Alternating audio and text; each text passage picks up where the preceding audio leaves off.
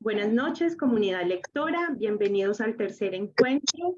Es una enorme alegría poder encontrarnos con un evento muy especial porque es la primera vez que la comunidad lectora se reúne para leer poesía. Siempre hemos tenido narrativa, iniciamos con narrativa erótica, después hicimos un ciclo de autoras colombianas, después nos leímos nosotras mismas al interior de la producción que ha hecho Casa Habitada en los diferentes talleres que nos han convocado.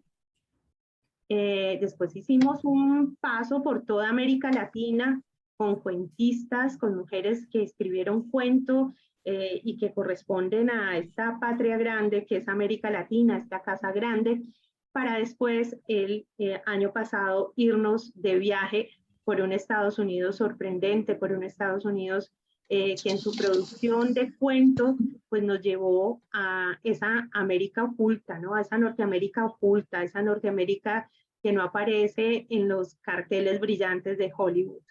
Este año entonces nos dedicamos a hacer un recuento de las ganadoras del Premio Nobel de Literatura.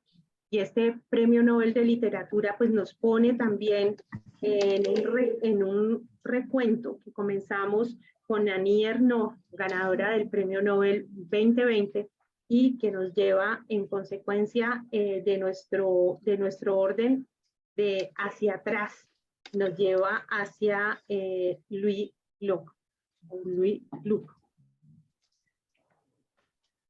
Y una de sus obras que tal vez sea también una de sus más recientes. Vamos a tener un primer bloque en que voy a contarles algo alrededor de lo que he averiguado sobre esta mujer enorme y después vamos a ir con las intervenciones. Acuérdense que para las intervenciones les he pedido que reserven el verso que más estuvo hondo en el corazón de ustedes, que más estuvo allí y que alrededor de él hagamos la conversación. Y para iniciar, no sé si alguien quiere hacer el brindis esta noche. ¿Tienen todos con qué brindar? Sí. ¿Sí? Agüita, agüita. Bueno, agüita. Agüita bendita, eso se sopla y se multiplica en vino, Lilia. Sí, muy bien, muy bien. Qué alegría vernos. Ana Isabel, bienvenida, buenas noches. Noemí Melgarejo, buenas noches también. Sé que Ana está en Bogotá, Noemí en Lima, y ahí nos vamos juntando. ¿Alguien quisiera hacer el brindis esta noche? Yo creo que por ese cúmulo de sentimientos que nos despierta esta mujer. Yo creo que para mí fue su lectura fue todo un darme cuenta de cómo se debe vivir la vida, una belleza. Por ella brindo. Gracias. Entonces, Nos salud. unimos al brindis, muy bien. Salud por la poesía compartida, salud por la poesía cotidiana, salud por esa poesía que nos espera en el quicio de la puerta, que nos espera en donde menos lo esperamos, por esa poesía que sorprende y por esa poesía que somos, por esa poesía que es cada uno de ustedes esta noche en la maravilla de poder estar juntos aquí, en este aula, en este momento. Salud por cada uno de ustedes, salud por la poesía, salud por la belleza que nos convoca. Bueno, a mí me gusta contar dos historias cuando doy el taller de habitación para escribir. Y es que existe la historia de la primera mujer o el primer ser humano que firmó un documento como suyo, que es Eneduana. Y Eneduana existió hace 4.300 años. Y en su existencia, pues se convoca una historia además muy especial para nosotras las mujeres. En 1928 fue descubierto un disco de alabastro de 25 centímetros que probaba la existencia de una mujer muy importante porque su tamaño era mayor que el de los sacerdotes y los gobernantes. Esta mujer existió en otro mundo, en otro imperio, que fue el imperio de Mesopotamia. Y en ese imperio recién estaba comenzando a darse el alfabeto. Y esta mujer, Eneduana, hija de Sargón, que era el hombre más poderoso de aquel entonces, le fue encomendada una misión muy importante, y esa misión era poder hablar con los dioses. Sargón se pilló que su hija hablaba de una manera tan hermosa, de una manera tan fina, que solamente ella podía hablar directamente con los dioses y podía pedir el favor para la constitución y para tener una larga vida a su imperio. Y entonces la convocó como sacerdotisa del dios Luna. Inanna hizo lo propio, hizo lo suyo, y realmente era una mujer que tenía un fino hablar, y su fino hablar permitió la benevolencia de los dioses y la benevolencia para ese imperio naciente, para ese imperio que se unificaba también en territorio en Mesopotamia. Y esta mujer sí, se sintió tan dueña de su palabra, se sintió tan dueña de lo que ella podía y podía hacer, podía narrar, que firmó un documento como suyo, como propio. Y esto se hizo que se originara algo muy especial, que es la autoría, que originara algo muy especial. Estoy tratando de apagar un micrófono que hace reverberancia por ahí. Muy bien.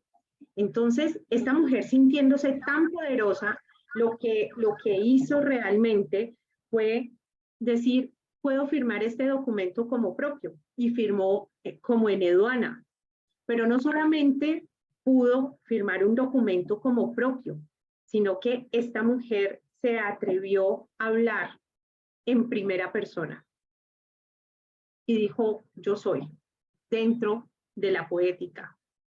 Y así se inventó esto de la autoría. Entonces, cuando se pregunten quién es el primer autor o autora de la historia de la humanidad, saben que es Eneduana, y que Eneduana era poeta o poetisa. Las dos son acepciones aceptadas. A mí me gusta más poeta, pero poetisa también lo es. Y esta mujer habló desde el inicio de la intimidad que nos permite la poesía, y se permitió decirle a la diosa Inanna en uno de los versos más desgarradores de la historia, además porque dice: oh gran diosa Inanna, véngame, mi sexo ha sido reducido a cenizas.